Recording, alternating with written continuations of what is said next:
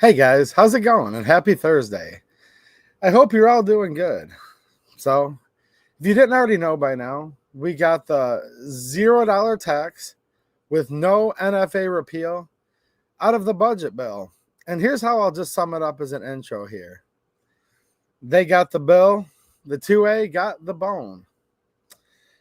I'm not happy about this, and I'd like all of you to chime in that are in the live chat and also all of you in the replay crew who watch on replay. But when it comes to the 2A, it should literally stop at shall not be infringed. And that's nothing I came up with. That's literally what the founding fathers said when they wrote the Second Amendment in 1789 and ratified it as part of the supreme law of the land in 1791. Now, this was the first chance that we had in 91 years to actually repeal 3/5 of the National Firearms Act, which has been gun control, obviously, but by technical semantics and illegal taxation on firearms, which shall not be infringed. And at first, it started off in the U.S. House of Representatives, where they added in the repeal. It was called the portions of the Hearing Protection Act, Section 2, to be specific, that would remove the silencers, as they're legally called, otherwise known as suppressors in common parlance. It would remove them from the NFA. Now, that was huge. So what did the 2A community do? We literally got together and rallied like I really haven't seen us do before, quite frankly. So shout out to all of you who tried. Like, it's the whole thing where, like, unless you win, you can't, give people a pat on the back. Look, we didn't get the win, but I'm still going to give you guys a pat on the back because we did try. And that's how I've always been. And that's always been the message on this channel. No compromise. We need to fight like hell for the Second Amendment and fight like hell to make sure this never, ever, ever becomes a communist country. Why? Because if we win, which is the goal, then we're going to save the Second Amendment. But even if we do lose, we can still hold our heads high and say, you know what? I tried. There's going to be lawsuits filed, and we're going to talk about those in this live stream tonight. And there's going to be other avenues. And maybe, and I hope it does, this will all work out in the wash. But if it doesn't, and it might not all work out in the wash either, trust me, it could actually get worse. And I hope it doesn't. But it could. And I want to talk about reality on here. I'm not being black-pilled right now. But I'm not going to feed you guys a big pill of copium either. Because to sit and cope is to be naive. And to be completely black-pilled, it's actually very tempting and kind of sounds good, but probably not the most productive either. So I'd like just to shoot you the facts. But I will tell you what. A lot of you fought like hell, and I'm glad to call you my friends. Did everything we possibly could in a peaceful way. And we failed. But you know what? If this doesn't get repealed through the courts, and it doesn't get repealed otherwise, which it might, but it might not. At least later on, when my daughter becomes an adult, and she says, Daddy, why do I have to go fingerprint and mugshot and register this item just because the barrel is a little bit shorter than the other barrel? I'll say, yeah, and it's BS, and it sucks. It sucks that you have to live in America to do that. And we had a chance to repeal it, and we lost, but I will tell you what, Daddy tried, and I gave it my all. And there is actually something to that. So if some of you are pissed off right now that we did not get National Firearms Act repeal through the budget, because the budget has been passed now by the Senate. The Senate version was passed this afternoon after the longest House floor speech of all time by the Minority Leader, Hakeem Jeffries. We streamed it all the way till like 8 in the morning on this channel. We were trying to get through, but then just nature kicked in and I had to go to sleep. And I have to make a living cutting lawns in this case today, so I finally had to tap out. But we streamed as long as we could.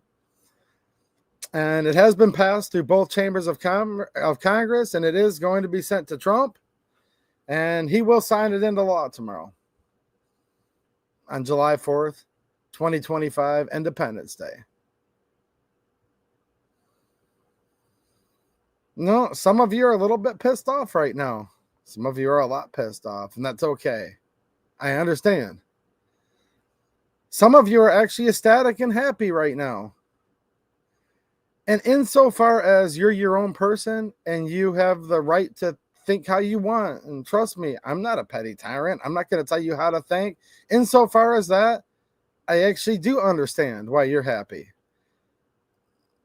However, I do disagree with a lot of my friends right now who are celebrating this $0 tax as a huge win. Now, a lot of people are saying, and I don't necessarily disagree with this, by the way, that there's excellent court arguments right now. And this makes it like 1,000 times easier, or in some people are saying almost certain that this can be overturned through the courts. Maybe the Trump administration can even do something. And I hope so. And I do think there's compelling arguments. The most compelling argument, though, the whole time was that the NFA is a tax no matter what. And all of these registration provisions and all of the other hogwash that goes along with the NFA, that was only there pursuant to making sure the tax was paid, to keep track of the people who paid the tax. That's literally what the Supreme Court said in 1937. And Congress made this law in 1934, and it stood 91 years, which literally proves, and there's so much other anecdotes, but I'll just stay right to the topic, proves that when Congress does something, it's a lot more powerful and it's a lot more long-lasting, actually, than court cases, than executive orders, executive actions. And here's why. This has stood as legislation for 91 years. If the legislation would have completely removed and repealed it, meaning not just a $0 tax stamp, but no tax stamp at all, none of the provisions would have applied. That would have become the law of the land. Could have it been overturned later? Oh, maybe. But since the first one stood 91 years, the good one, the repeal of it, that might have stood another 91 years, right? Look, nothing's forever. Nothing's certain. Really, the only two things that are certain is you're born and then you die. But so besides that, yeah, that is the most concrete way, and I think that's always the best fix to do legislation. The second best is to do lawsuits. But that's only second best, and it's a distant second best, and here's proof of that. One of the biggest landmark Supreme Court decisions of all time, definitely one I assume all of you can remember, is the famous so-called Bruen case, right?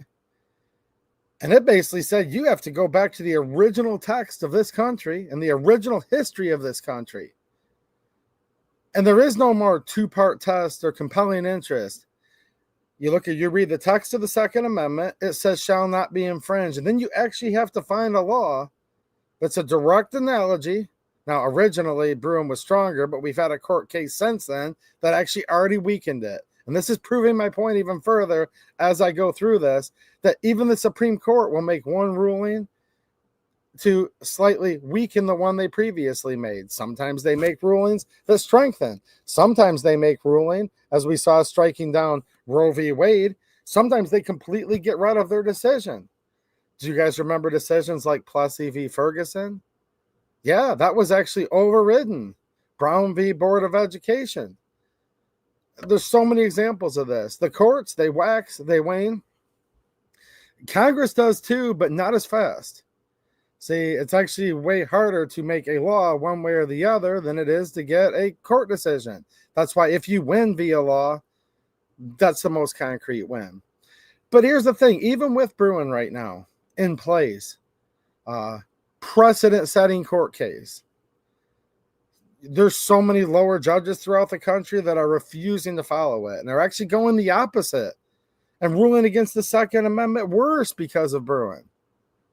It's literally happened more times than I can count. You also have state legislatures, such as the state of Michigan, not too long after Bruen passed. Not in spite of, but in my opinion, because Bruen passed, along with a tragedy that happened to make it where they could dance on the graves of children, which they always do, these gun grabbers. They actually passed more draconian gun control in Michigan post-Bruen than they had before.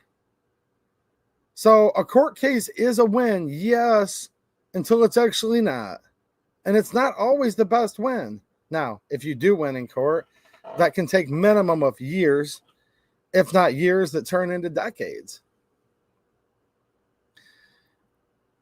The third scenario is, well, Trump can do something, and maybe while he's president. Now, I'm not saying Trump would do this. I wouldn't bet that he would, but this is the hypothetical some friends of mine have entertained, so I'll entertain it as well. Well, Trump could just come in and direct his Department of Justice or his ATF or whatever portion he had to that, no, actually, we're not going to be doing NFA forums because since there's no tax, there's no whatever. I don't know the probability of this happening.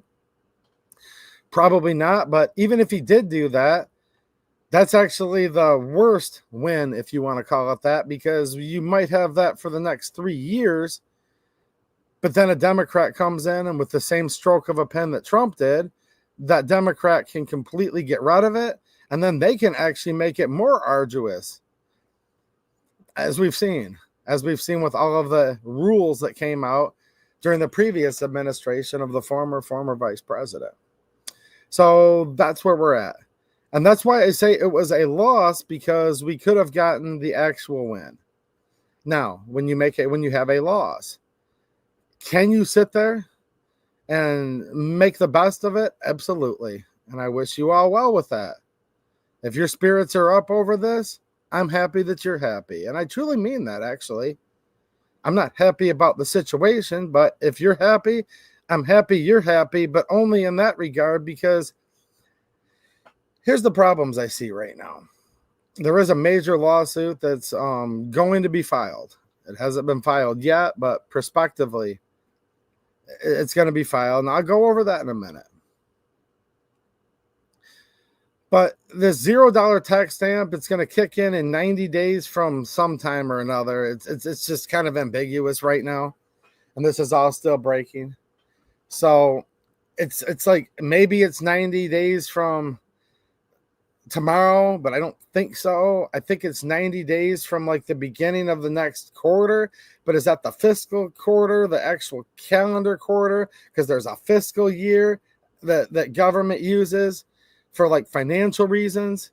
You can like file taxes on a fiscal calendar or a regular calendar. And I'm not an expert at any of this. That's as far as I'm going to go into it.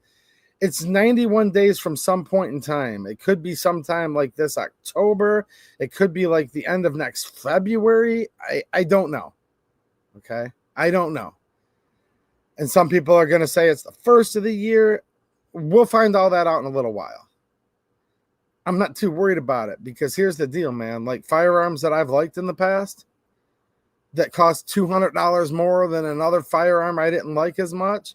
Now, I haven't always been able to do this, but on occasion where I was able to save up that extra $200, I would buy what I wanted. Trust me, if I wanted to buy an NFA item, I would have already bought them by now, and I would have just saved up that extra $200 if it was just a matter of an extra $200. But the reason why I don't own NFA firearms, and I still won't, is because of the process.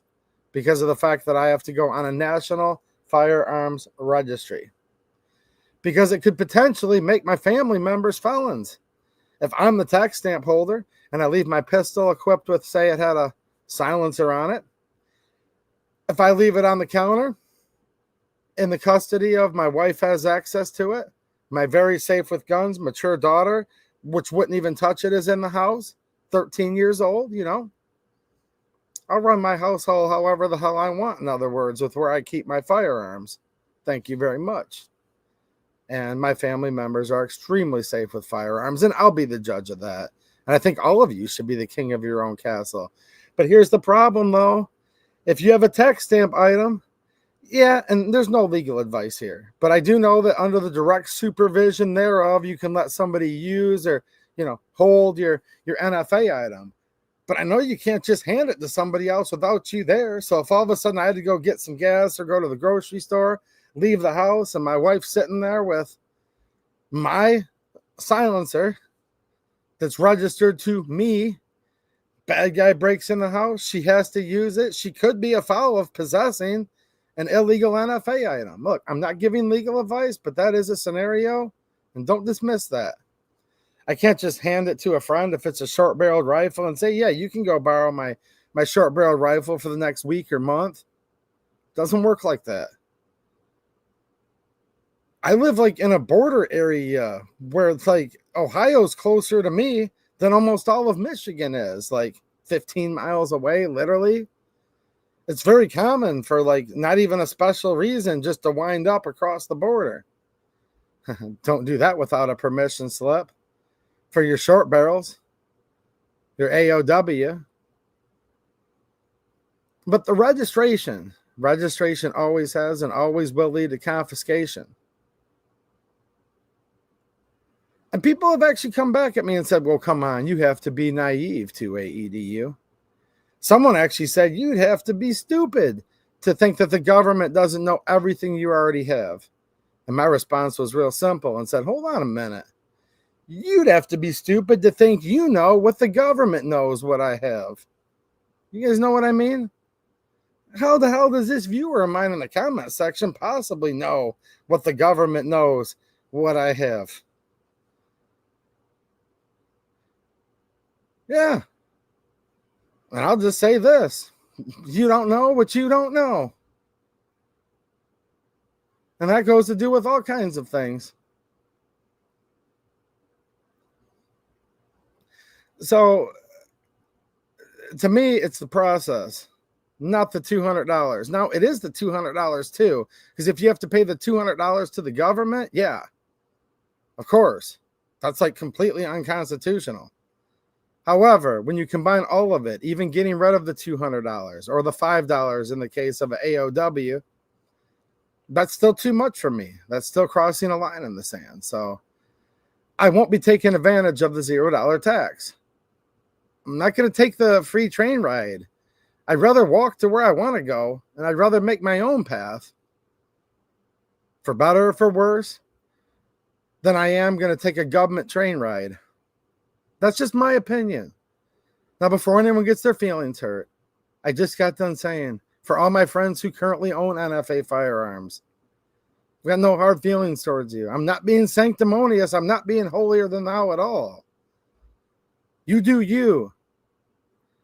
And I respect your free thinking, and I respect your rights to choose whether you want to engage in a certain process with the government or not, actually.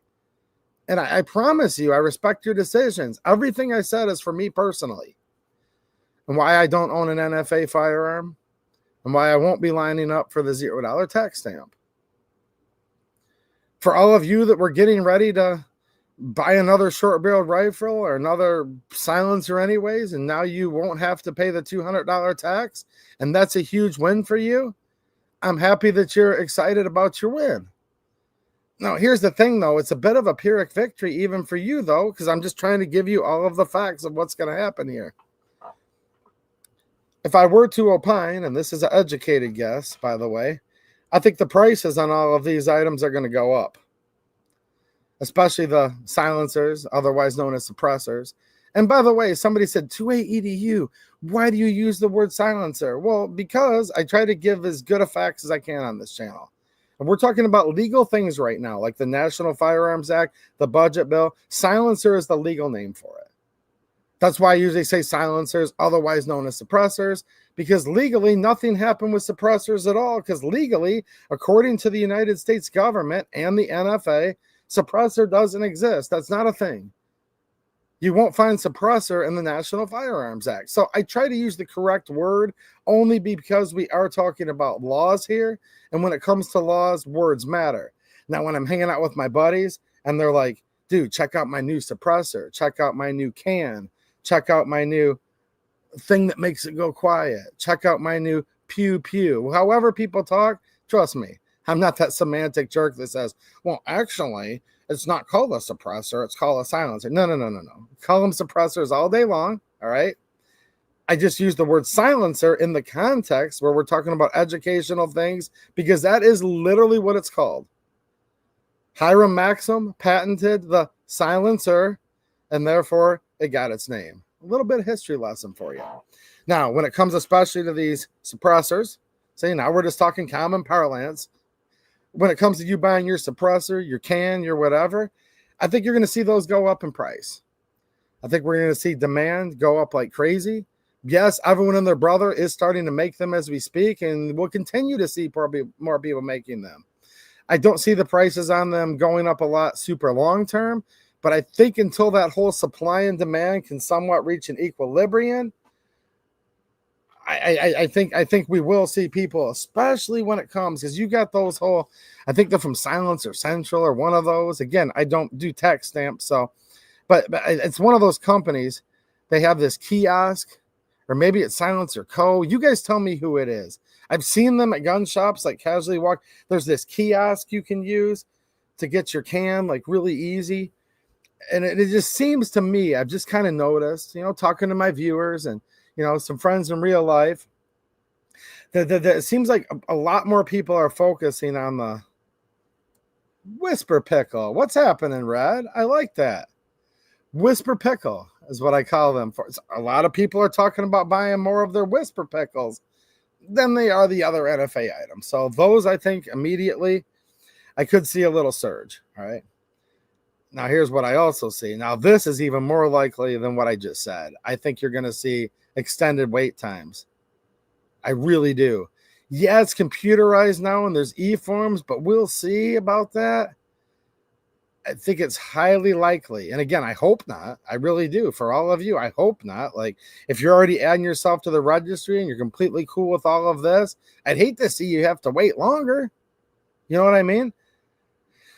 But I think we're going to see wait times go up because there is going to be, I think, a lot of people doing these $0 tax stamps, specifically when it comes to the old whisper pickle or the old can or the old hush hush or the suppressor. I mean, people call these things so many things nowadays. It's hard for me to even keep track. Silencer shop, somebody just told me. Okay, there you go. And thanks, guys. I was looking for that word. I didn't want to.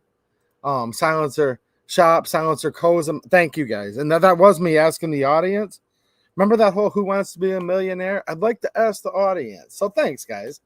I do know a lot about the Second Amendment. I have a very good understanding of how all of this works. I've just never bought a silencer before. But the kiosk, the silencer shop kiosk that you see everywhere makes it super easy. All right. I can't see any other way that more people are going to go out and start buying them. That's just my opinion. Also, the form you fill out, is it a Form 1 or a Form 4? Again, I don't do NFA items. One more time, where you make your own, I see that going up. Is there a different department within that processes one versus the other? I don't know. But if they're kind of like separate lines you get in, I can see both lines getting longer. Do you guys think that's fair? Let me ask the audience this. Chime in the live chat right now or in the comment section on replay. Are you happy about the $0 tax stamp? Are you happy about that? Even considering we could have had the repeal, I guess. To rephrase the question, are you happy about the result of how it turned out? That's how I should have asked the question to begin with. $0 tax stamp. We were the closest we ever were to it getting repealed from the NFA. These items have not been repealed, but the tax has been taken down to zero. And trust me, guys, you guys can talk amongst yourselves back and forth. I don't care. Just try to be cool to each other, man. It's the 4th of July now, actually. Happy Independence Day, everybody. It's after midnight here, Eastern time. Happy Independence Day. But no, you guys can debate amongst yourselves, but I'll promise you when it comes to me, I'm not going to be mean to anybody tonight with your answer to this. I'm one of those type of guys that I'm very, very hardcore in my beliefs, and I will not accept compromises, and I will unapologetically tell you where I am. And I'm telling you right now, we just got the bone, and it was a loss. But I do not like to blow your light out to make mine shine brighter. And if you're happy about this, I'm happy that you're happy. Does that make sense? Now, what I'm not happy about is the fact that I think the NFA registry is going to balloon, and this is going to normalize registration. I am worried about that slippery slope. I am. I've also had viewers come back and tell me, dude, in for a penny, in for a pound. Since I've already registered something before, I've already got something on the NFA, screw it, I may as well just do 100. I don't know. What do you guys think about that logic? That's not really the way I think. I think, with certain things, sure, but when it comes to stuff like this, if I do something that I'm not completely happy with, like doing more of it doesn't make me more happy. It makes me less happy, but I have had some of my friends, and I think they were being genuine. And I do respect everyone that's being genuine right now. I truly do. See, even if we disagree, man, that's how I am. I can still respect your genuineness, and I can respect your own autonomy where you can think for yourself. Like, I can highly respect that while still actually vehemently disagreeing with you on the subject matter. But that is what a few of my friends have already told me. They're basically like, dude, I've already got 3 things registered. I'm not happy I registered them. It did suck. I did kind of feel like I was doing a deal with the devil. This is what one of my friends told me earlier. Because I almost felt a little dirty, but you know what? I've already done it 3 times. Now that it's 0 tax stamp, though, oh gosh, I'm going to register 40 to 50 NFA items in the next year. And I'm like, I don't know, man. Like, and I just asked him, I said, just kind of reflect on that, dude. Because, like, I'm not telling you how you should feel, but you just said you felt kind of dirty about it.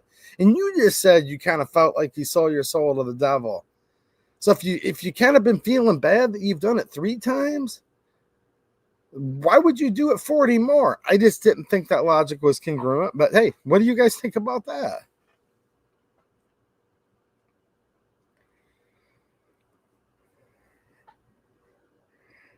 Now, there's going to be a lawsuit.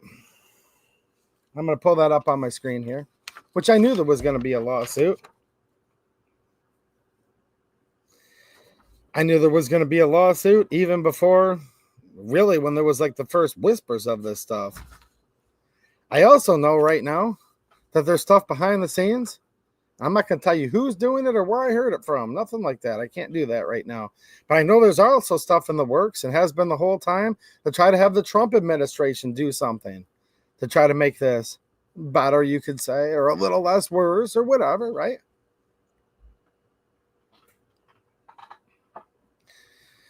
They're going to try to have the Trump administration do something. And I don't know exactly how that's going to work out because some of these things I've heard are spurious at best, but some of them may be. But you can't get any long-term wins with any type of executive action or order, like I said earlier. So there is a lawsuit being planned, and some of the same parties in that lawsuit are the same parties in the latter. You guys familiar with the latter? We talked about it on this channel. Now,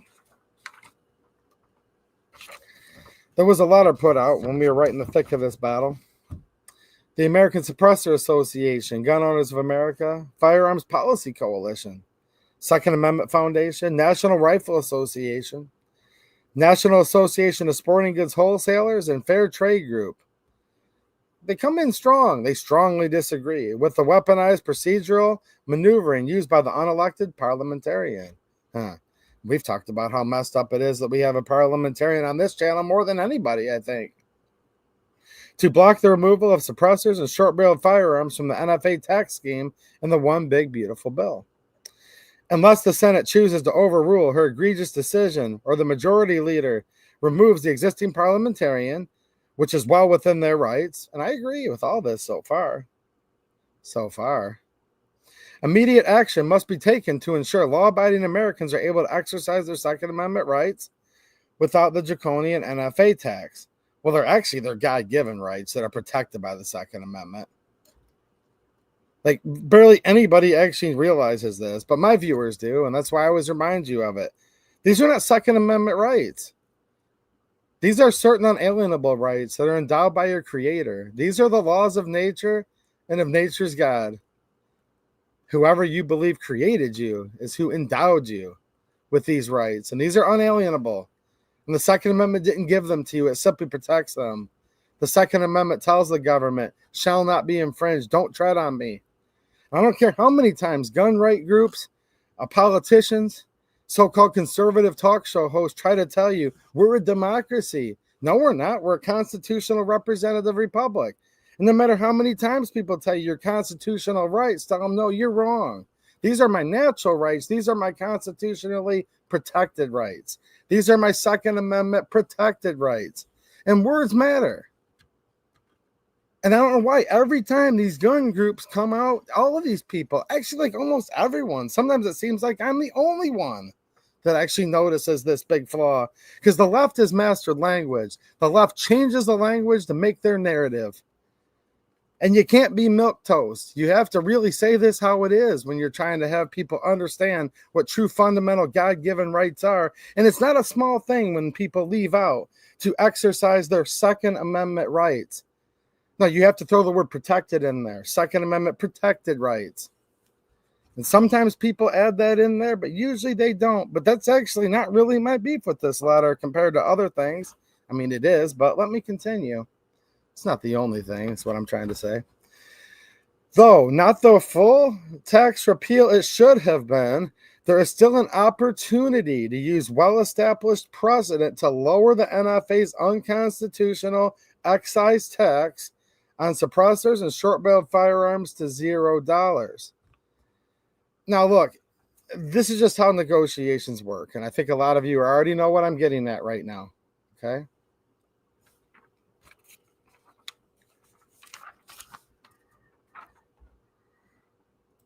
It's not just the left that changes the narrative, absolutely. But here's what's different about this channel. I don't change the narrative. I have the receipts. I'm literally quoting things from the Declaration of Independence. Oh, sure. Do I parrot talking points? Absolutely.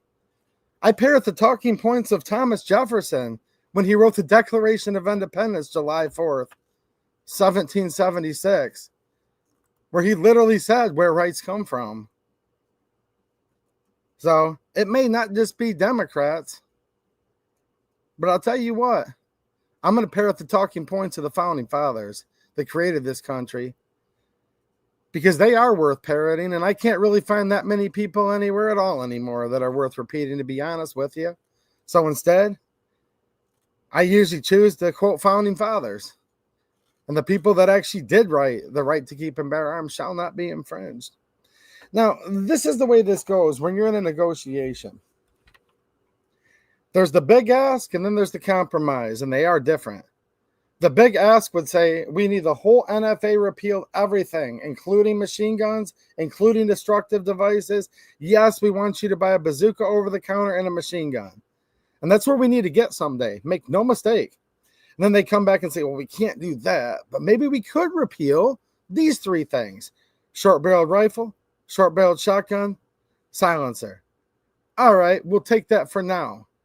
See, they think they compromised, but actually you did the big ask. You asked for more than what you could get right now. You get the three things, and then you go on after you get those, after it's all said and signed and done. Then you're like, the next movement now is to get rid of machine guns and destructive devices. That would be a very, very tall ask. Might be almost impossible to happen, but there's a difference between that versus this. This is you go into your negotiation and you're like, look, we're going to right away ask for 100% of what we want. That's weak. You ask for more than what you want, actually. That's what the left does. We want to ban all guns. Oh, you won't let us ban all guns? We'll compromise and we'll only ban these. No, you ask for more than what you want, which they didn't do. Okay? That's mistake number one. Second of all, they gave them their out right there. You never give them the out during the ask. Or guess what? The out, the option B, that becomes your ask. So in essence, it doesn't matter how hardcore the first two paragraphs are. What ends up happening, and I can prove this because this is what did happen. And trust me, I'm not just saying this afterwards. You guys that have been watching know I've been saying this the whole time. This is what we're going to get. And this is what we got. It doesn't matter how much you ask for up here. When you give these people an out right here, they're going to take it every time. And I predicted it ahead of time, and they did. Our organization stand united on behalf of millions of law-abiding gun owners in calling on Congress immediately to immediately make this revision. This is a critical step in our fight against the unconstitutional NFA tax scheme and for the rights of all Americans. Okay, now I'm a member of three of these groups here. You know, one of them I bought a lifetime membership to a long time ago. The other one was, I thought, was no compromise. This one here did some good lawsuits. I think I have been a member of them before. The other ones I don't think I could be a member of because they're trade groups and whatnot. I never got a survey from any of these people. On behalf of our millions of law-abiding gun owners, did anybody get a survey? Now, I get it, dude. 2A EDU, you're one person. Your opinion isn't that important. Okay, but I didn't get the survey. Did anybody get an email and say, do you want us to go with this and say, we want it all or nothing? Or do you want us to put the compromise right here in the letter? Now, I guess if the majority of members would have said, no, we want the compromise, we prefer to dip our milk, our toast in a little milk, then I guess that's what would have gotten. The majority of the members would disagree with me. But the fact that I never got a survey from any of these groups that I'm a member of asking me my opinion, I wonder if they sent it out. Now, I'm not going to go as far as to accuse them of not asking their members, but I question whether they did. And look, says, I'm going to ask you guys, but I've been asking a few people around town today, and none of them ever got asked about it. So how do you do something on behalf of your members when you have no idea what your members want? You know, the NRA for years, and I've said this, and I'm going to use gun rights as just a colloquial term right now, because they're natural rights protected by the Second Amendment, but they call themselves gun rights groups, okay? So that's why I'm going to use that word, because that's their word. The NRA would sell your gun rights off and then try to have you purchase them back through them for decades. Well, you know what? I said, I have a feeling that one or more of these here, they're fixing to file a lawsuit. And look, this is both things at once in my head. I'm actually happy they are, and I hope they win. And I think there's great legal arguments. And I'll be really excited if they win. If, not when, because nothing's guaranteed in the courts. So part of me is like, dude, they better sue, and we better win for once. But the other part of me was like, I'm going to see here. I bet you they file a lawsuit. And although I do want them to, don't get me wrong, and I do want us to win if they do, it'll actually prove my theory a little bit. And my theory is you put in the compromise here, because here's the problem. If you just repeal 3/5 of the NFA, people are going to thank all these groups for a week like crazy, deservedly so. And then a lot of them, just the way people work, they ain't even going to renew their membership anymore. They ain't going to donate extra because we won. We're not under the threat we once were. But when you're under threat, when you're under duress, when it's, but wait, there's more. If you can just donate more, if you can just do more, then we can finally win. There's the carrot and the stick. They lead you along with the carrot, and then they beat you down with the stick. And then when you're demoralized, they pull the carrot back up and lead you around with the carrot again. And I said, when they file this lawsuit, in my opinion, and this is all in my opinion, this is going to prove my whole theory of what's really been going on here. Then it makes you think to yourself, was this the plan all along? I don't know. And I can't read people's minds, but when you make a prediction on what's going to happen and then all of it happens, maybe you weren't too far off.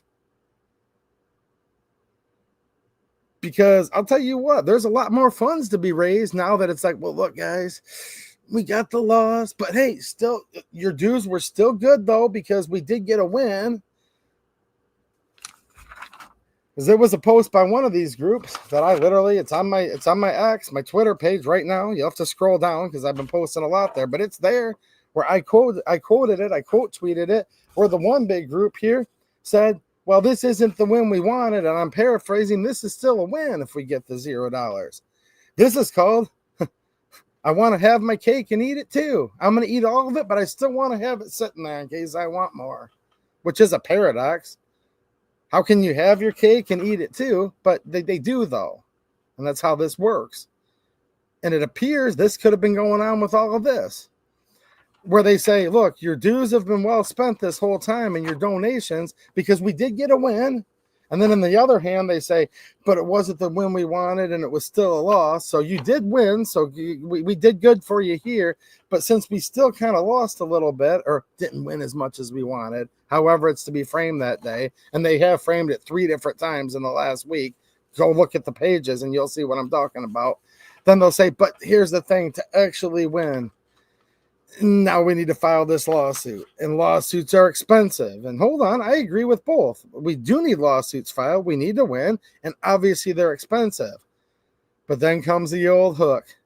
Do you guys remember that old song? It was a good song by Blues Traveler. John Popper, like super talented musician, like awesome. The hook will bring you back. Yeah, if you don't know what I'm talking about, treat yourself to a good song to lighten the mood when we're done. The hook will bring you back. The hook is, but if we don't sue now, and then at the very end they say, but we need your donations. It's expensive to sue. We just got done spending all of our money with a compromise, so of course we need more money now to sue.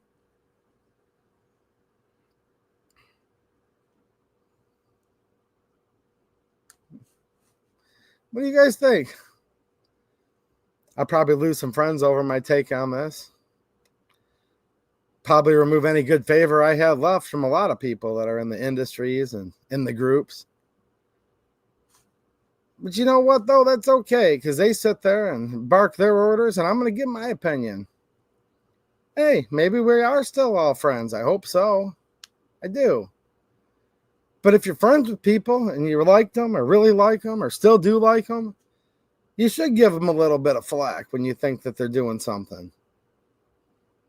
And everything I'm saying is in my opinion, but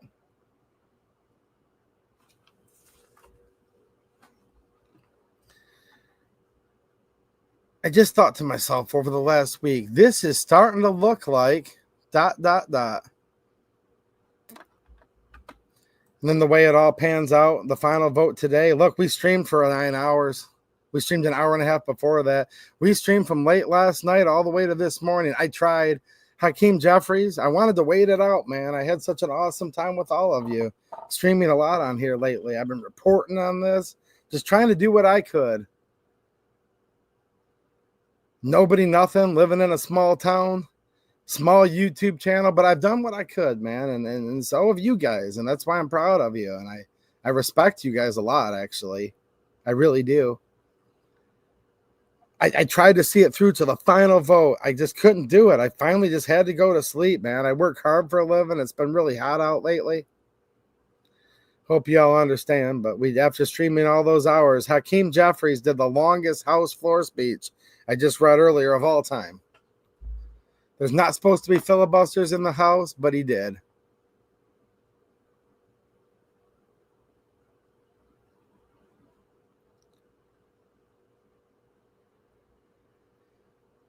If this $0 tax gets it to where there's a huge court win, then I will celebrate the win. I just don't like it when people ask for the compromise when that should have been the big ask. That's just my opinion. I might be the only one with that opinion, but I doubt it. Probably some of you know exactly what I'm saying, right? Some people don't, and they'll unsubscribe. So if you like this channel, subscribe, and don't forget to give it a thumbs up. But even the ones that unsubscribe, they'll probably be back, because I hope they heard all of my words during this live stream. I do respect people that have a different opinion. Actually, I do. No one's said anything really to convince me to change my mind yet, but I don't have to agree with you to respect you. I might not respect your opinion in and of itself, but I can still respect you as long as you're being genuine. Does that make sense?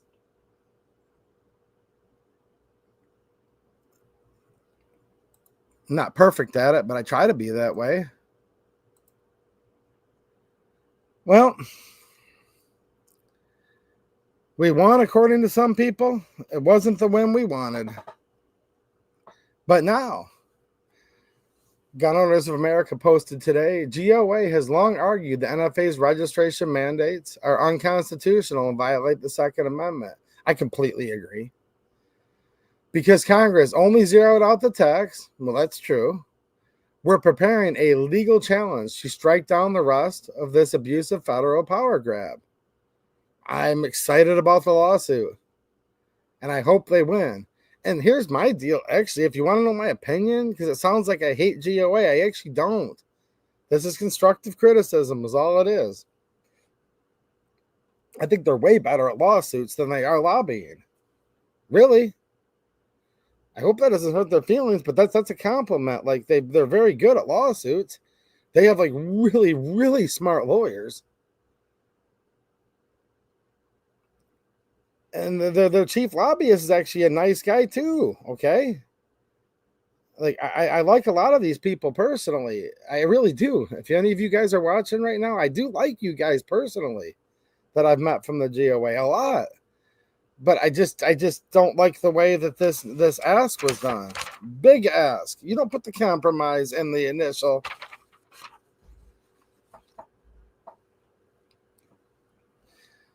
Now they're filing a big lawsuit. One big, beautiful lawsuit. Gun Owners of America, Gun Owners Foundation, FRAC, Palmetto State Armory, B&T, and some logo that I can't read. So I don't see their name might be down here further.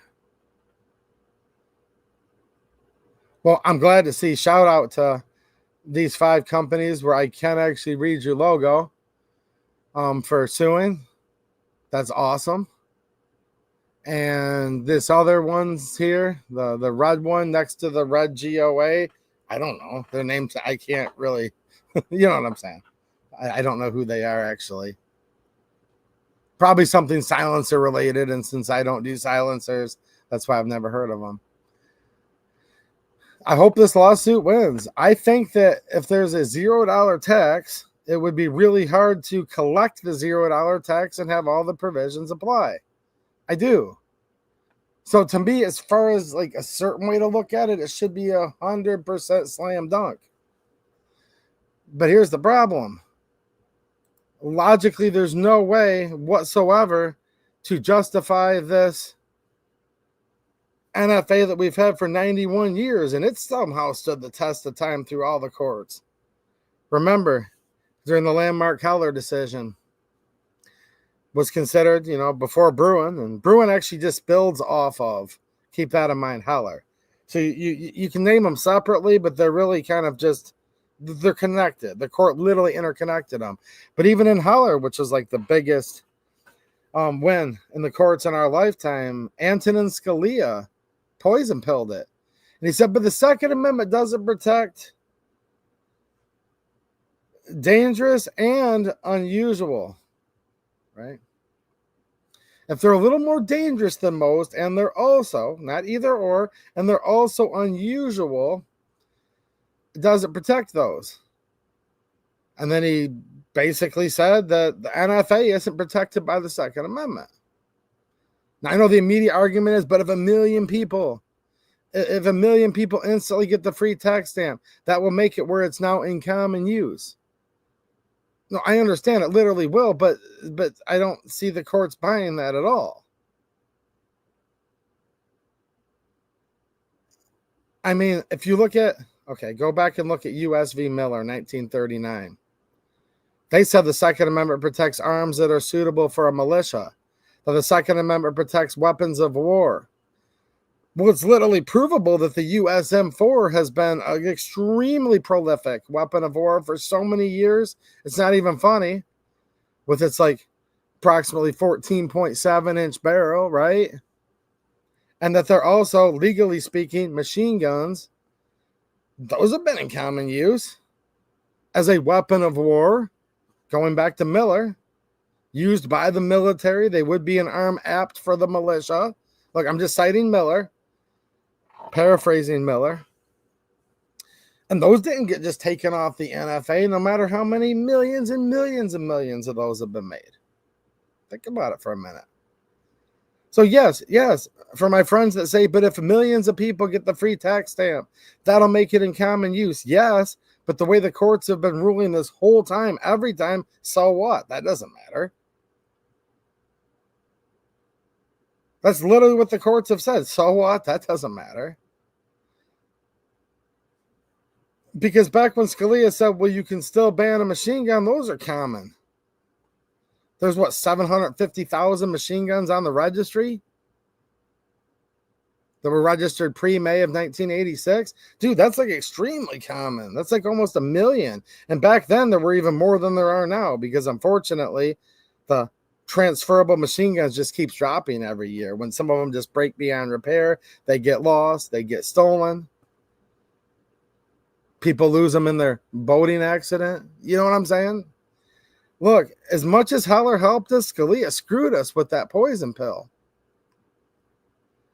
I don't see the will of the conservative court, supposedly conservative court we have now, that supposedly has a 6-3 conservative majority. I don't see them overruling Scalia. Now, attacking this from the tax issue, how can you have provisions applying to a tax at $0? That's a completely separate argument altogether. I just want to throw out my thought because I am kind of collecting all of the common responses I've been getting lately. Like, yeah, but we'll establish them as common use and we'll win in the courts tomorrow. But you don't win anything tomorrow. I hate to tell you guys that. A big win takes years minimum, if not decades. And although common use is floated around, it's been used a little bit, but they've been loath to use it as a way to repeal the NFA. And the high court has had the chance several times. And they always do a very narrow decision. Or they just completely swerve right around it. Or they punt it off for another day. All of these tactics that they actually typically do. It's very, very rare for the Supreme Court to take a Second Amendment case at all. All right? Literally at all. They almost never, ever, ever do, actually.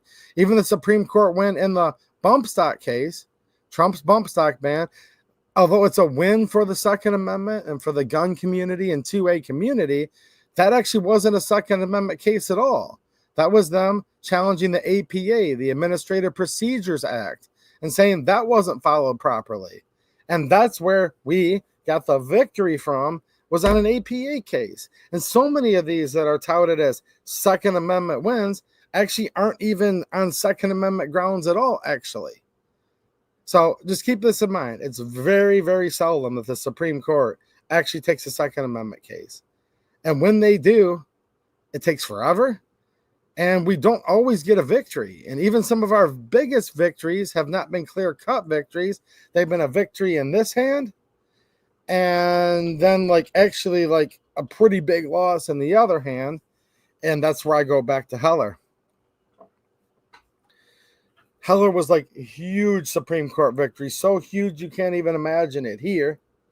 And I'm not saying the loss completely canceled it out. Do not mistake what I'm saying right now. But we did get a pretty darn big loss also in Heller.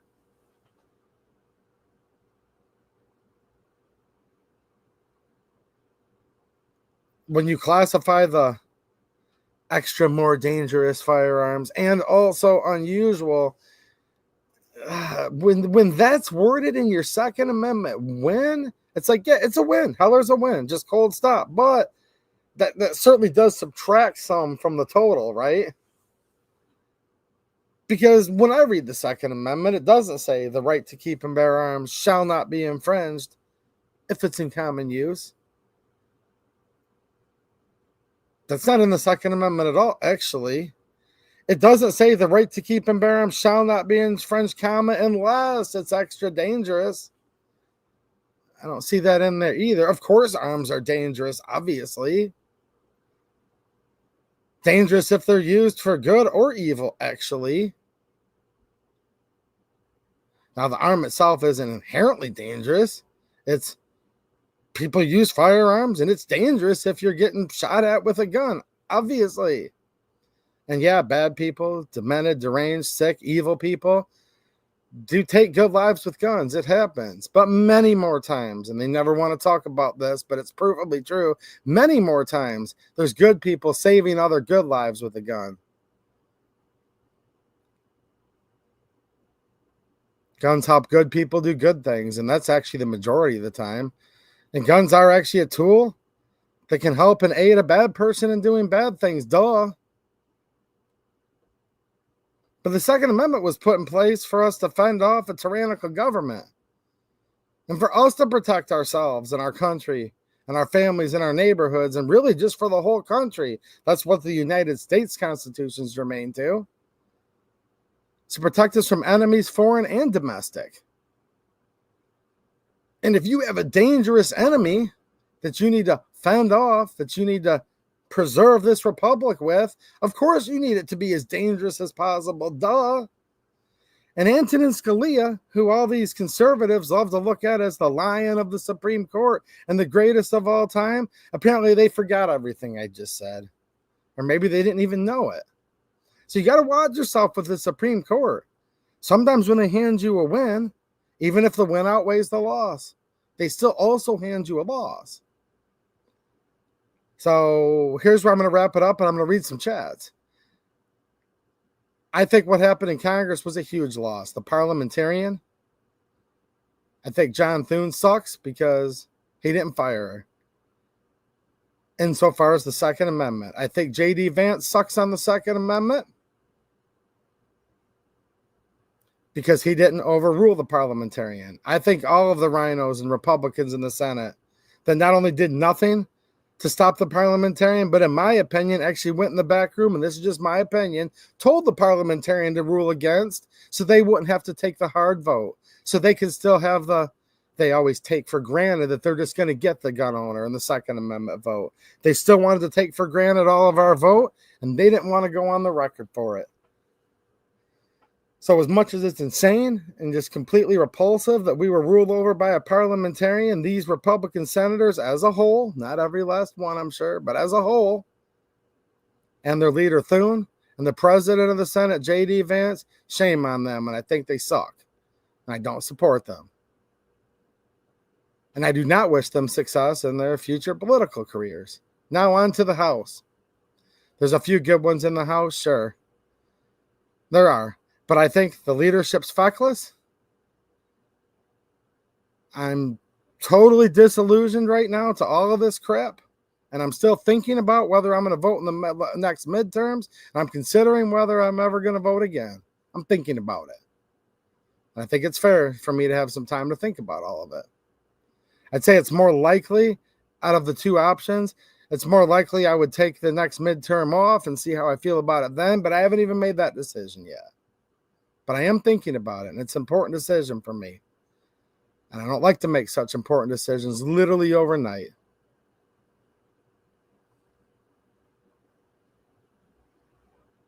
I think these gun rights groups, it's great that they're suing now. It is. And I hope they win, and they better win. That's awesome if they do. But I'm kind of disillusioned with them right now, too. I think they made some compromises, and I don't like compromise from groups that are no compromise.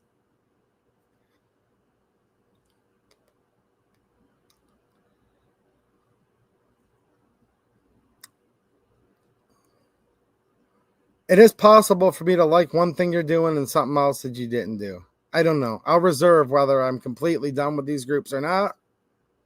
Think about that a little bit longer too. But I can tell you I haven't been happy with them lately. I'm not happy with them right now.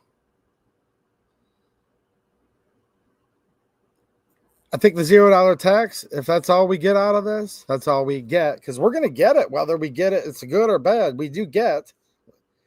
If this is what we get out of it, the $0 tax,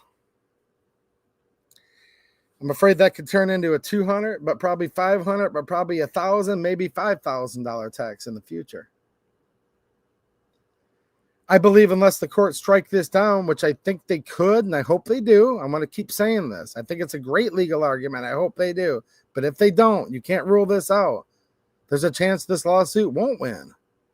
Because rarely do these big lawsuits win. Actually, I think it could establish a thing where, well, shoot, we're already registering all of this for free. And then they try to make a move to make it we're just a Glock semi-automatic pistol. Or the Armalite rifle.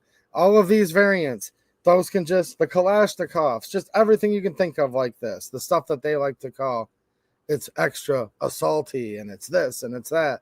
I could just see them sweeping those right over in the NFA, being like, dude, what's a big deal?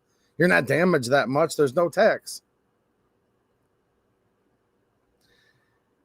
And here, let me tell you guys something else too about something for being free. There ain't nothing free in life. There really isn't. When you think something's free, it's because you're the product. The government ain't just going to give you something for free. It doesn't work that way. See, communism and socialism sound great till you run out of other people's money, right? And then what? Then there's bloodlines. Then there's mass genocide. That's what's happened in the past. That's what's destined to be with this type of thing. Well, this is free. Oh, it's free.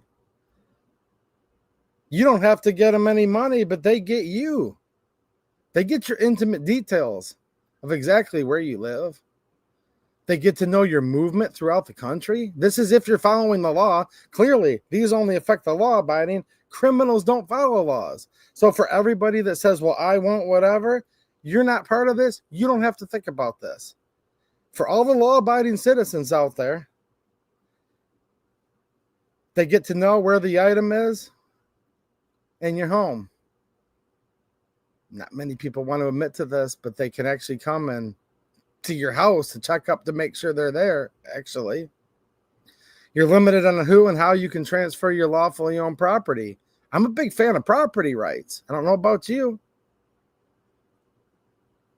You have to give up. You're supposed to be securing your person's effects, your papers. Well, that's giving up part of your person to have to give them your image that's tied to this item, that they know where it is at all times. They follow you around the country with it if you're following the law. Your fingerprints, which I made an analogy, that's how they book you in jail. And then people were either being funny or thought they were really witty. Well, as an electrician, I had to do that too, ADEDU.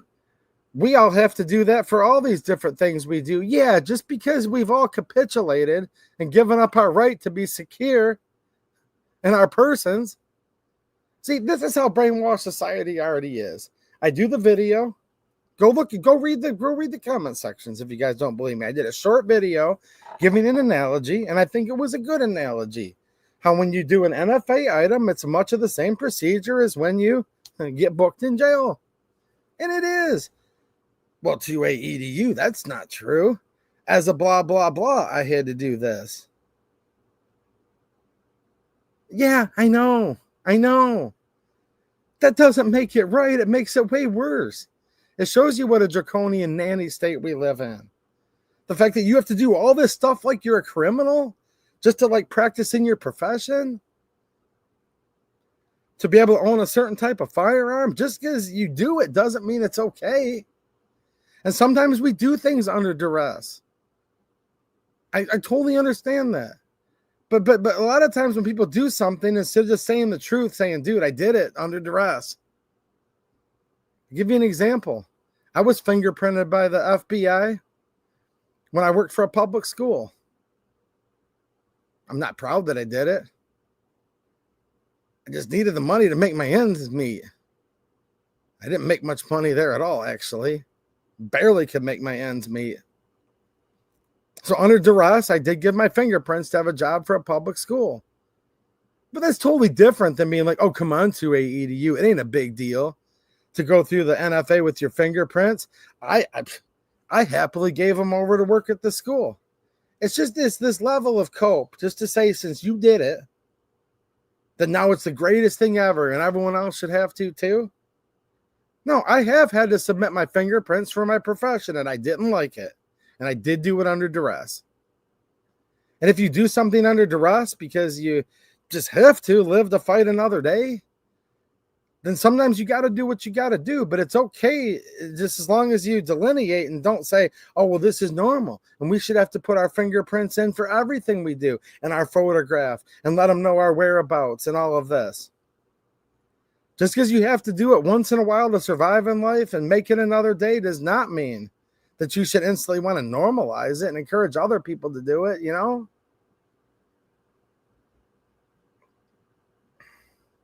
So for anyone that thinks I'm sanctimonious, one more time, I'm not. I just admitted to all of you. I gave my fingerprints to keep my job at one point. Yes, I did.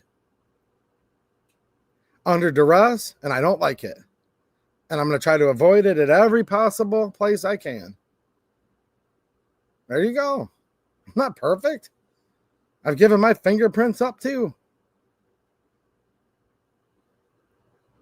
But I'm not excited to do it. I'll avoid doing it again at almost all costs.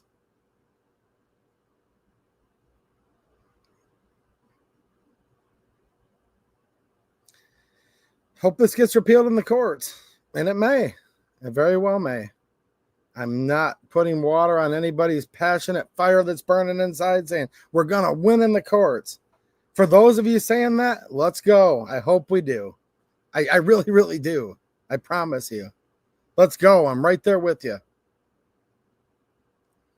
And while I've condemned this compromise that I saw afoot, in my opinion, I'm actually promoting this lawsuit. So there you guys go. I'm completely promoting it. I think it might have been kind of, I'm not sure how this all came to be, but now that we have a lawsuit coming, I want them to win. I'd like to thank Gun Owners of America, Gun Owners Foundation, FRAC, B&T, PSA, some other organization I'm not familiar with. I would like to, in this narrow instance, thank you very much for doing this. Some of these groups, I'd like to thank them for many things they've done in the past, actually. I'm just not happy with how the one big beautiful bill so-called worked out. But it is less worse than other things that could have happened. And hopefully this is just step one. And hopefully it is true that there's a silver lining behind every cloud.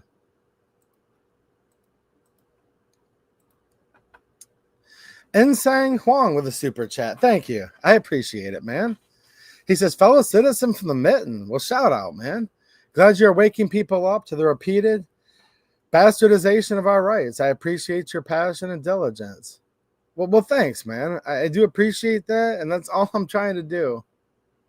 And some of these topics, you do have to go pretty hardcore on them because, look, we're so far down that long train of abuses and usurpations. It's like, all right, everybody wake up, you know?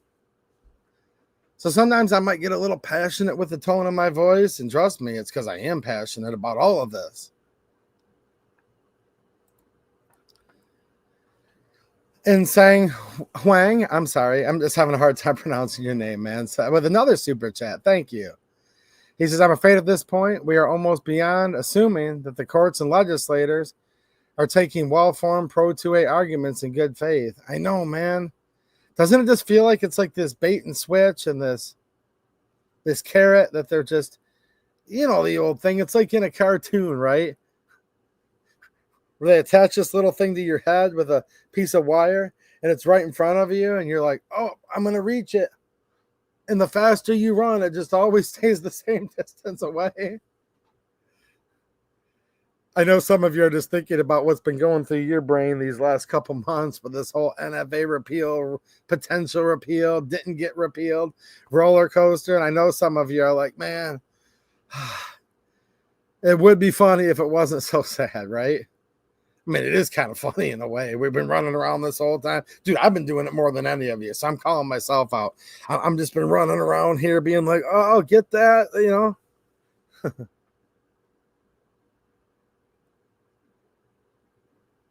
I hoped more than anybody that this NFA repeal would have gone through. But if you've been watching this channel, you know I knew it wasn't really going to pass. But I still wanted to keep up hope and say, guys, we still have a chance. Because we did. We still had a chance until we didn't. That's why I'm proud of all of you. And I thank all of you. As just a fellow American, I thank you sincerely.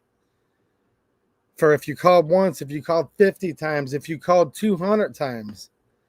Like, that's cool as hell, man. And I like people that are fighters on my side. It's true. And look, I was calling and tweeting and doing all this stuff the whole time. I knew it wasn't really going to get repealed the whole time, but I wanted it to. And I was still trying to fight for what I wanted. And that's good.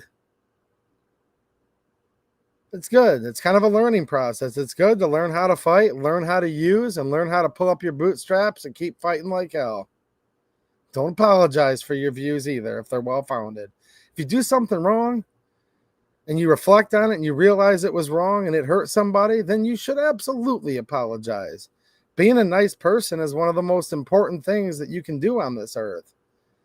But don't ever apologize for being yourself. And if you and your friends are disagreeing on these topics, which me and some of my friends are right now, pretty vehemently disagreeing. Look, dude, if you're being decent about it and they're a decent person back, they'll get it. And you guys will still be friends when it's over. If you have a difference in opinion on this and you kind of go hard at them at it a little bit and they kind of go hard back, and when it's said and done, it's like, look, dude, we're never going to agree, but I still respect you, man. Then that's a real friend. If someone says, screw you, F off, I'm done, and they don't want to be your friend no more, hey, you know what? It sucks. Grieve as much as you need to over it. They probably weren't your friend anyways. You know?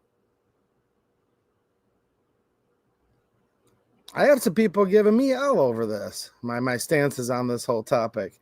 But I have a lot of people that have my back too. And here's the thing, though. I think in the end, even some of the people really giving me hell, I think we're still friends and we're still cool. I think once stuff kind of calms down a little, people will be like, no, you know what, man? I am happy with my $0 tax. And look, guys, I'm happy for all of you to be happy. If you're happy, I want you to be happy, even though I don't agree with your reason you're happy, but I do enjoy your happiness in and of itself. I promise you. I think in the end, I'll step back and be like, well, that person's going to do what they do. And I'm not a petty tyrant. I'm not a king. I'm not going to try to make them do anything. I think in the end, they'll be like, man, I think 2A EDU went a little too hard on this, but I do respect him for it. I think that's how it's really going to work out. What do you guys think? Gray Man, what's happening, dude? Channel member and a $10 super chat. He says, this all reminds me of another song. The beat goes on. Ain't that the truth? Ain't that the truth? To me, the $200 stamp is the least painful part of the tyranny. Dude, I know. It's been a while, brother. Hope you are well. Keep fighting the good fight. Well, you too, man. Thank you for being such a long time friend of mine. I've gotten some good comments from you just in the last week. We've known each other for years now, and I appreciate you, dude. You're good people, Gray Man. And I think most of my viewers did agree on one thing. I think most of my viewers agreed on one thing for sure. The $200, like most of you would have paid $200 to not have to register. So let's just say you go in to get an NFA item. This is hypothetical. I don't like either of these. I wanted to completely repeal, and most of you do too. That's the premise. Now, I'm going to give you a scenario, a fictional scenario. This is a hypothetical. Did you guys know certain people's brains can't handle a hypothetical, by the way? So if your brain can't handle a hypothetical, just put it on mute for a minute and then come back and we'll say goodbye to each other tonight. No, I'm being serious. Look it up. There's actually a certain type of personality that cannot understand a hypothetical. I actually didn't know that for a lot of my adult life. I finally actually learned that. I'm like, that makes sense now. That's why some people just are the way they are.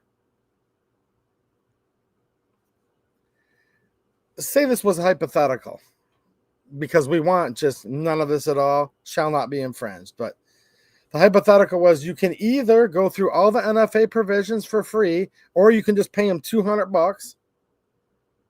And you just kind of like, in this scenario, you just put like $200 in a Dropbox and then you're good. None of the registration, permission slip, mugshot, fingerprinting that could come to your house. All of that's gone. And you just drop $200 in. Or it's free, but all NFA provisions apply. From what I've read in the comments sections, 99% of my friends in the comments would just pay the $200 to avoid all the rest. Am I right? And I think that's definitely what Gray Man was alluding to. Yes. No, dude, I was almost getting ready to say that, man. Dude, we actually think a lot alike. I don't really remember seeing you on the channel a lot. If you're new, welcome. But this guy's pretty based. That's the ultimate question. How would you feel if you didn't have breakfast? Just do this, guys. If you want a social experiment, do this. If you ever have a person where sometimes you're trying to like reason with them and you feel an analogy is the best, or you need to use a hypothetical to explain something, okay? And the person just never seems to get it. That's the question you ask them. How would you feel if you didn't have breakfast? And they'll just look back at you and be like, but I did have breakfast. As soon as they say that, dude, you don't have to be mean to them, right? You don't have to be mean to them. Just be nice. Like, being nice is really important, especially when people are kind of, tense about stuff, which some people are right now. But then you'll realize, at least, and it's something good for you to know. You're like, dude, this particular friend of mine, they can't understand the hypothetical. So you can still be great friends with them. Just don't use hypotheticals anymore. It's going to make things worse, right?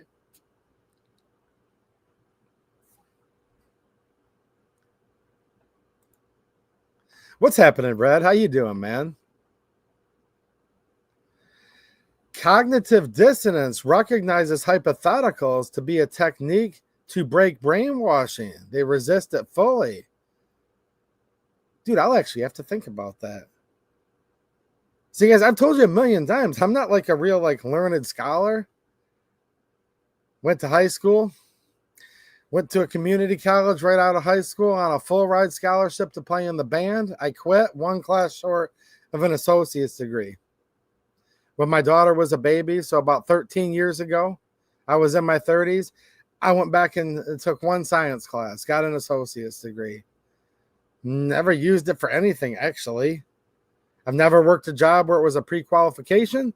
I'm self-employed now. I'm cutting lawns. All right. I'm not like a real educated person. So some of these things, it's like, man, dude, I just love learning things, though. Like, it literally was most of my adult life. I didn't get it until I was probably almost I don't know. I'm not good with time really sometimes either, actually. Because that's that whole, the more things change, the more they stay the same. And I truly believe that that's the way things are. But as a result of me, kind of thinking in broader terms, I'm bad at, time has a weird concept for me. I don't know if you guys know what I'm getting at, so I'll just stop. But you can ask my friend Mateo. We talk, I'll know very specific dates. I'm not bad with dates. It's just I look at the concept of time differently than I think society at large does. So with that said, I don't know. I'm just going to guess maybe it was 5-6 years ago or so. I was probably about 40-ish when it finally just clicked. And somebody said, no, dude, you don't understand. This is literally scientifically provable. There's some people that can't understand hypotheticals. And I'm like, no, that's impossible. Everybody has to. And they're like, no, they really can't. Go look into this, this, and this. I did. And I'm like, wow, I wish I would have known this my whole life.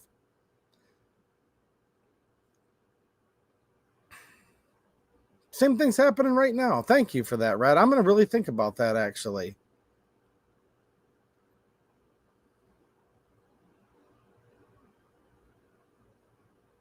To break brainwashing. Wow. I knew the first part of what you said, actually. I've kind of known that a long time. But to actually use that hypotheticals, to actually use that as a way to fully break a full-out brainwashing.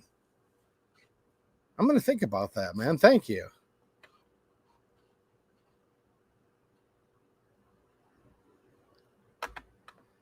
Now, let's hope that the real plan doesn't come through, because I've been saying this the whole time, too. YouTube sucks. I'm fairly certain the plan was to bring back a larger tax later on.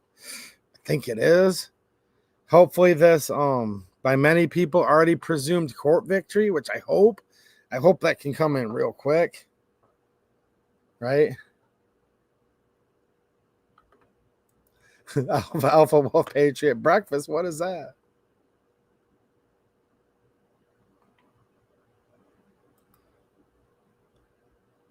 Yep, you'd pay the $200 with no registry.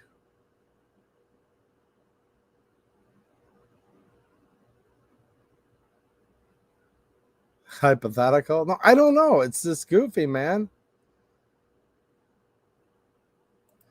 Patrick, what's happening, man? He says, I don't think 2A EDU went too hard. I think you have brought up valid points. Well, thanks, man.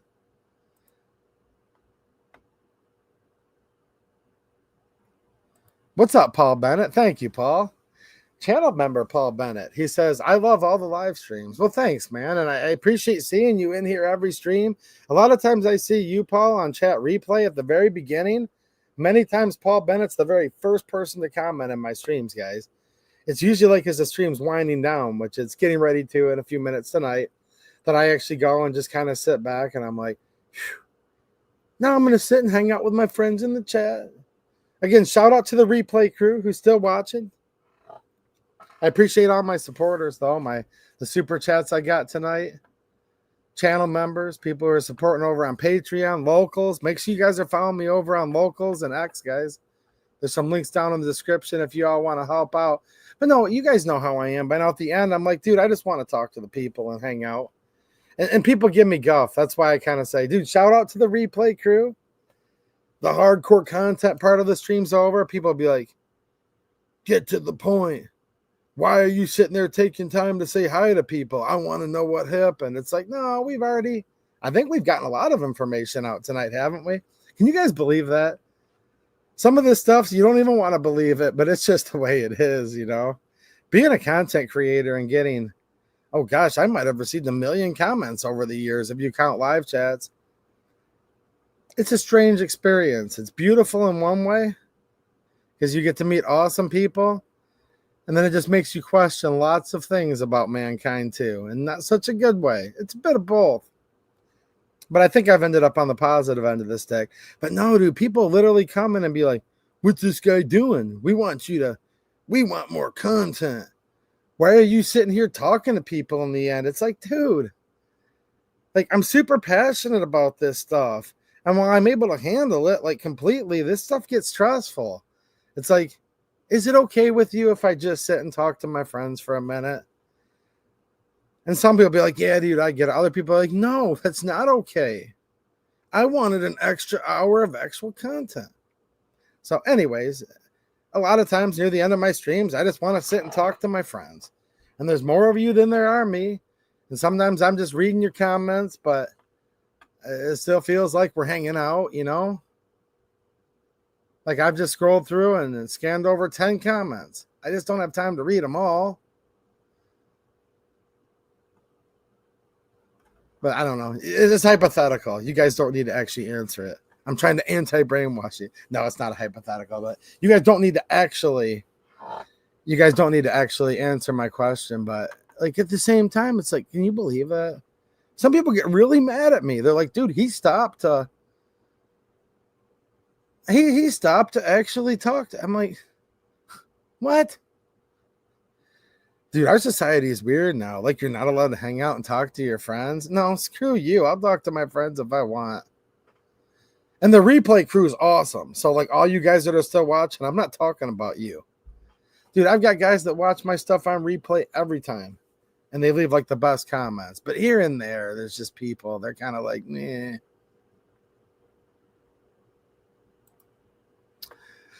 Paul says, one last question before I go. Are you still doing your normal live stream tonight? You know, I'm thinking about that. I do have a video that I'm posting. I was going to say tomorrow, but it's technically today for Independence Day. I don't know. I've streamed like 15 hours in the last 3 or 4 days. I think most people are going to do fireworks and be with their family.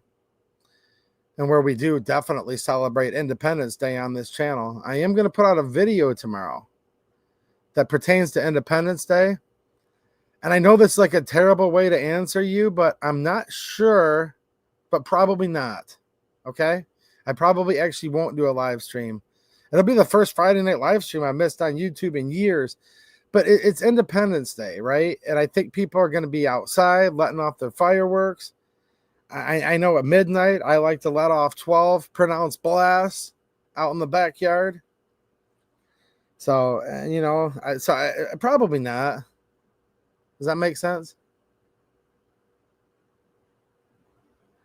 And I think a lot of you guys just want to be with your families and stuff too. And for those of you who are just kind of alone, man, I'm sorry, man. You know, I know like these live streams, whether it's mine or other channels, this is your way to like hang out. But I probably won't actually do a live stream tomorrow night. But I haven't made my complete and utter decision yet. Embrace the freedom you preach, Red said, and take a day. No, and here's the thing. If this was just like a job for me, I would just take the day off. Whereas, you know, I do appreciate all of your financial contributions, guys, because it does cost money to physically do this channel. I'm not a wealthy person independently. I couldn't afford to do it if there wasn't some money coming in. But make no mistake, this is not an actual job for me. This is passion. So if that's the only reason I'm like, I don't know, because you know what I'm saying.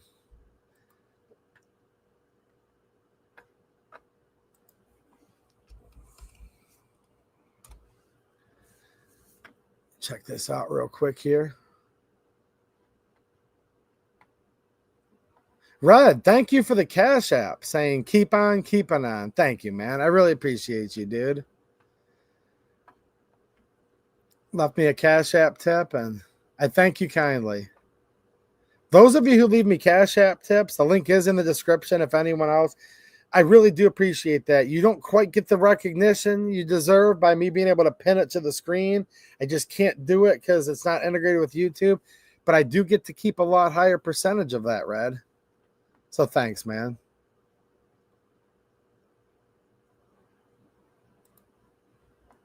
Dude, the ladies in my life are wonderful people, Red. Thank you. I appreciate that.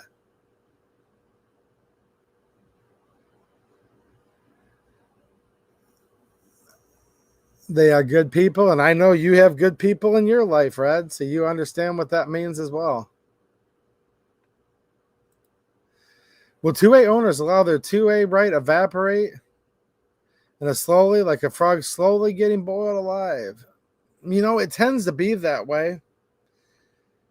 I do get some encouragement though. I saw people coming out of the woodwork, man, like recently here. Probably, but I do see some encouragement. All right. What's happening, Fun to Learn? How you doing, man? Channel member Fun to Learn says, here's a hypothetical for you. 2A EDU, it's Miller time. You don't drink, so it's time for a tea and a little break. Well, I do have some coffee here right now, and I really do need to brew up some more iced tea as well. I will tell you guys this much, and this is not a paid ad read. I literally have no paid sponsors, but Blackout Coffee is actually really good coffee.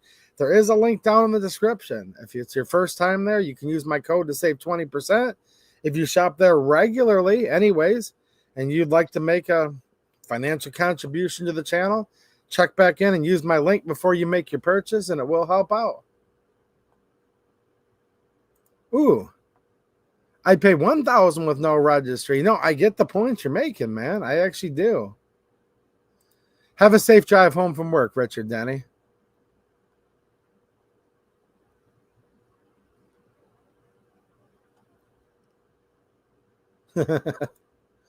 Don't even get me started about leftists and fascism. I'm getting ready to sign off, Red. That's a little too profound for me this late at night. What's up, DB Cooper? How's it going, man? I was kind of hounding DB Cooper. Maybe we can put some peer pressure. He used to have an avatar where it showed a tractor, like an old school farm tractor with tracks on it.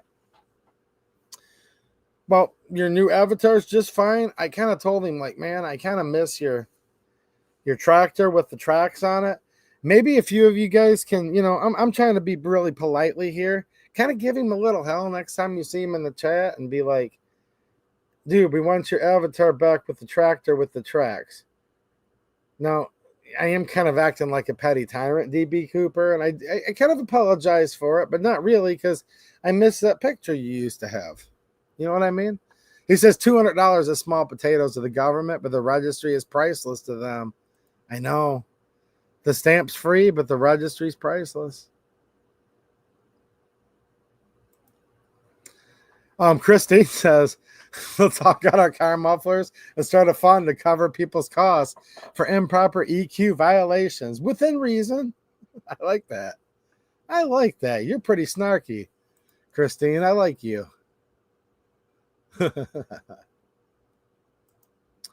Jose, what's happening, man? It says in Puerto Rico have 3 new parties and it came out it's controlled by the same interests. Oh man.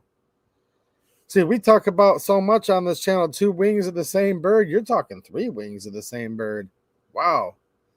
Is that called like a triadactyl or something? What would you even call that?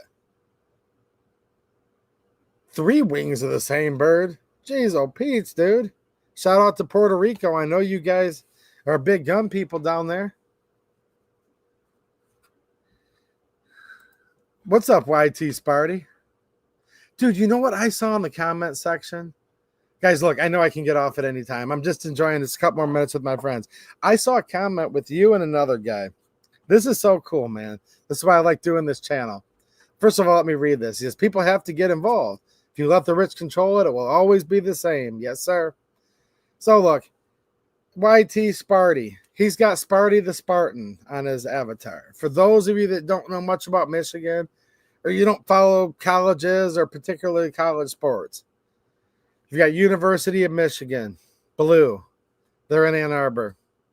You've got green. They're the Michigan State Spartans. They're located in East Lansing, Michigan, which is really close to Lansing, Michigan, which is our state capital.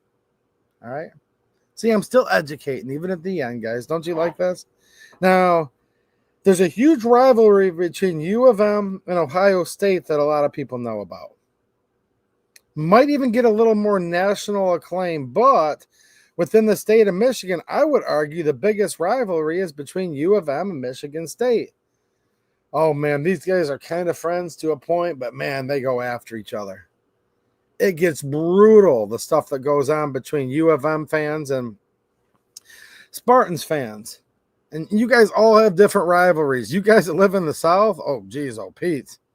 You know, you get into like the Georgia Bulldogs and the Alabama Crimson Tide, and then we could go down to Florida and we could start talking about like the Florida State Seminoles and the Florida Gators, and then you bring in like Auburn into the mix. And I mean, I probably missed some, but whew, you guys know what sports rivalries are. Okay, so in Michigan, it's U of M versus State. It's nasty. It's brutal.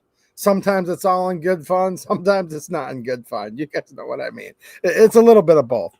So I'm reading through my comment sections and YT Sparty's in there.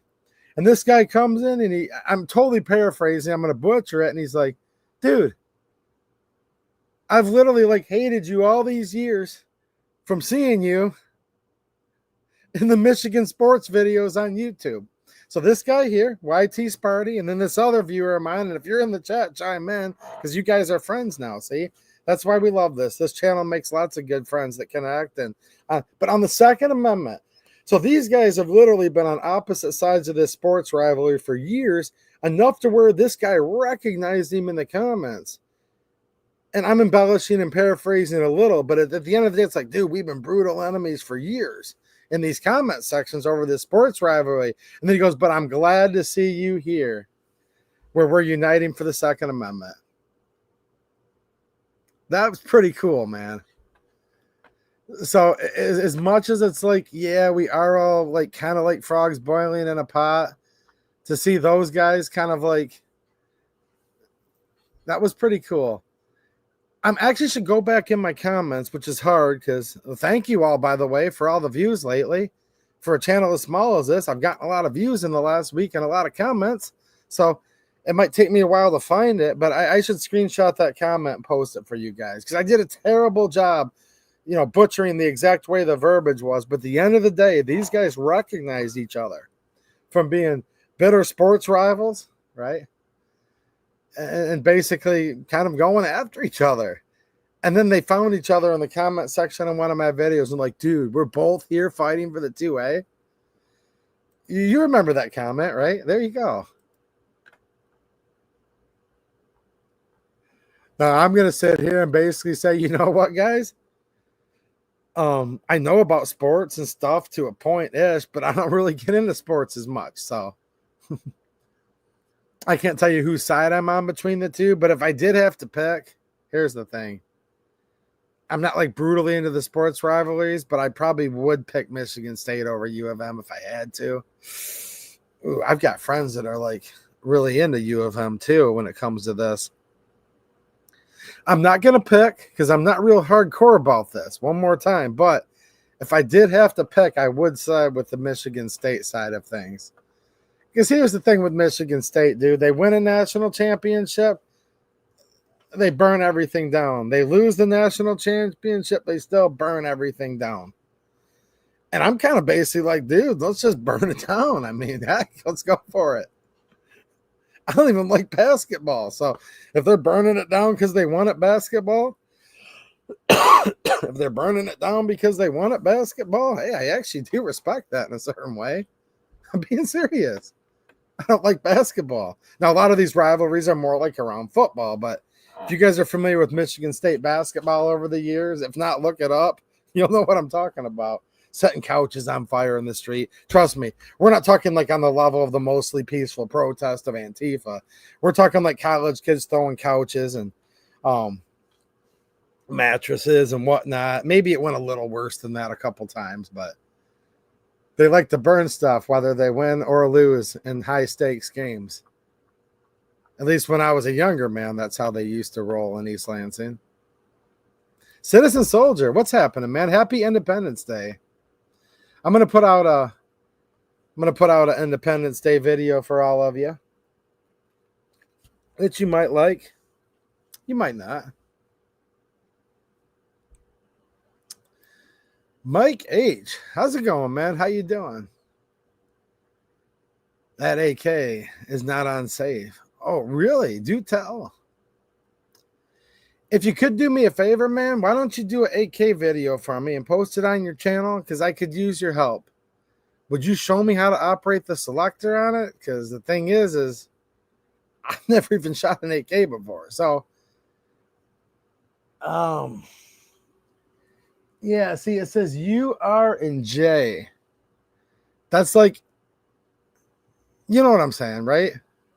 I can't read that. So I appreciate you letting me know. I actually don't really understand how that lever works.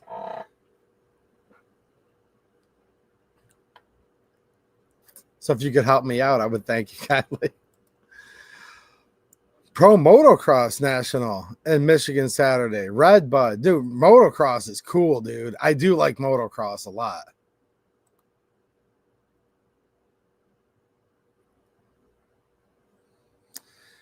Wish we still lived in the land of the free and home of the brave. Unfortunately, we live in the land of the free, of the fee, land of the fee, and home of the slave.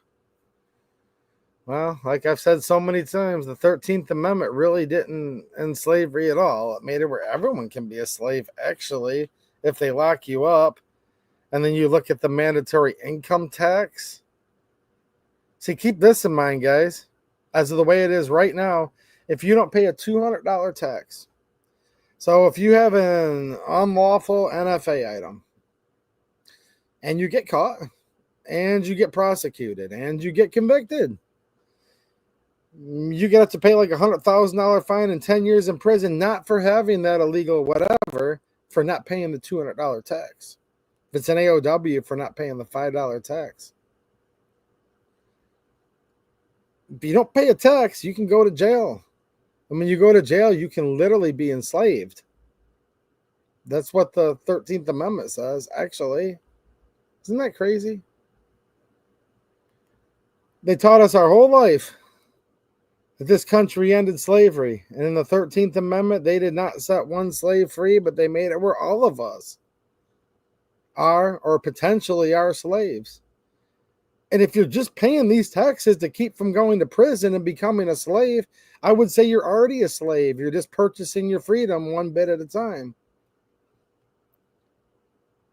Because even during the slavery that we had, 1800s and prior in this country, and we still have all kinds of slavery today too, even besides a tax slave, it was usually and almost always an option that your freedom could be purchased, actually. Even if you were more of the farm type slave. If you were the type of slave that picked cotton, however you want to word it, right?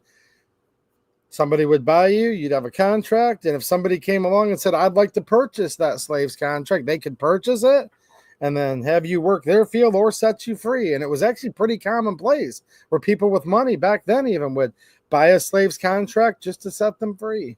So what's really the difference at the end of the day in so many ways?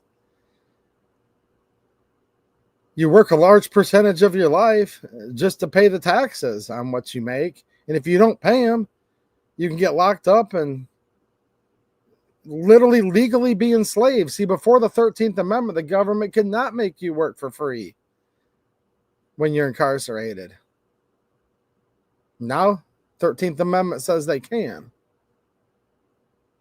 So in a way, you could say we're all slaves. We just have to pay our toll to keep purchasing our freedom a little bit at a time. It's a way to think about it, at least. When you start adding in the other laws that were promulgated thereafter, it kind of set it all in stone, didn't it? Land of the free. What's happening, South Morris? How you doing, man? I appreciate the kind words. What's up, Hunter? How you doing? You were hanging out in the live streams last night. I got to sleep to stay up and get stupid tomorrow. Good night, Red. Take it easy, man. Yeah, happy Independence Day, everybody. $250,000 fine. Yeah, that's in there as well. I think one of them might be 100,000 and the other is 250,000. But what's up, 182Q?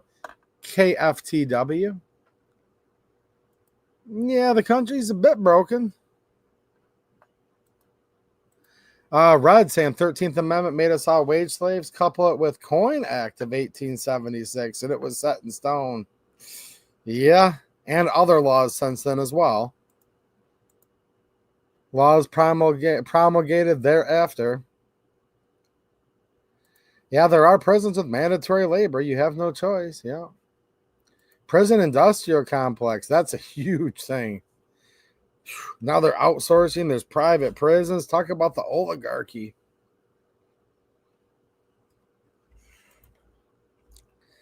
You know, I would have said this is the 3/5 compromise if they would have repealed 3 out of the 5 things from the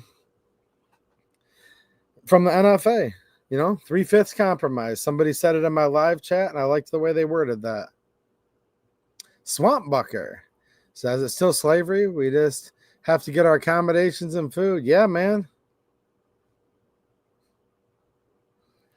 Yep, at the end of the day, we are just getting paid in tokens that are redeemable at the company store. If you really think about it, you guys know that by now, right? That's why I like to have my investments in hard goods, brass, lead.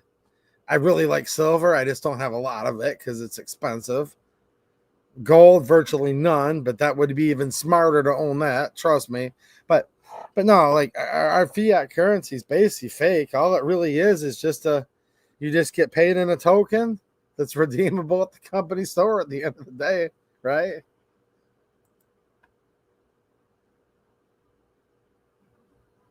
Huge money into locking people up via private companies. Oh, I know, dude. I know.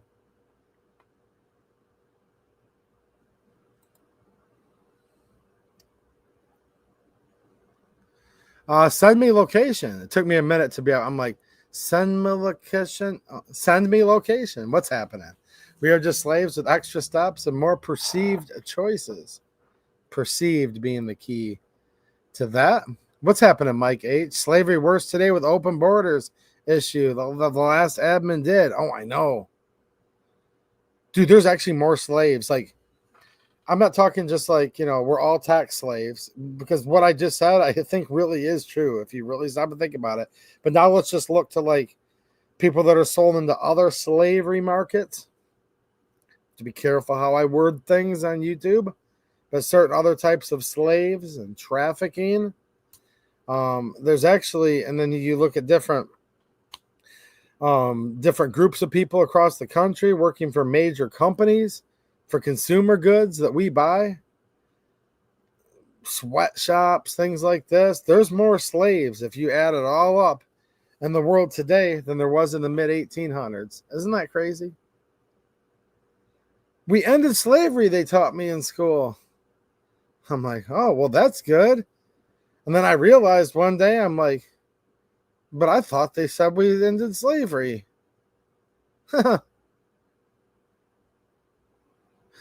It's that thing, and I, you know, somebody did bring up a good point. We have to bring Michigan into it, but I'm a big Toby Keith fan. I could say was. He's now passed away, but, you know, I'm still a Toby Keith fan, right? And just that song, man, I love it. He says, I wish somehow I didn't know now what I didn't know then. Now, I know both songs, actually. I really do. But I just look at it as more of a Toby Keith song. So I've listened to more Toby Keith. But one of my viewers came in, one of my Michigan friends, he says, dude, make the Michigan connection. That's a Bob Seger song, Against the Wind. And actually, yeah, Bob Seger actually said that line first. And I always knew that in the back of my mind. I wish somehow I didn't know now what I didn't know then. And maybe one of you will chime in and someone else said it in a song even before that. But I've always quoted Toby Keith on it. And thank you to whoever shouted me out. And they're like, dude, they're like, no, you're a Michigan guy. Bring it back to Michigan because Bob Seger's a Michigan man. And he was actually the one that sang it in that song. I'm like, dude, that's right. I haven't heard that song in a while. So then I binge listened to the Bob Seger song like 5 times in a row because it's actually a really good song too. Right?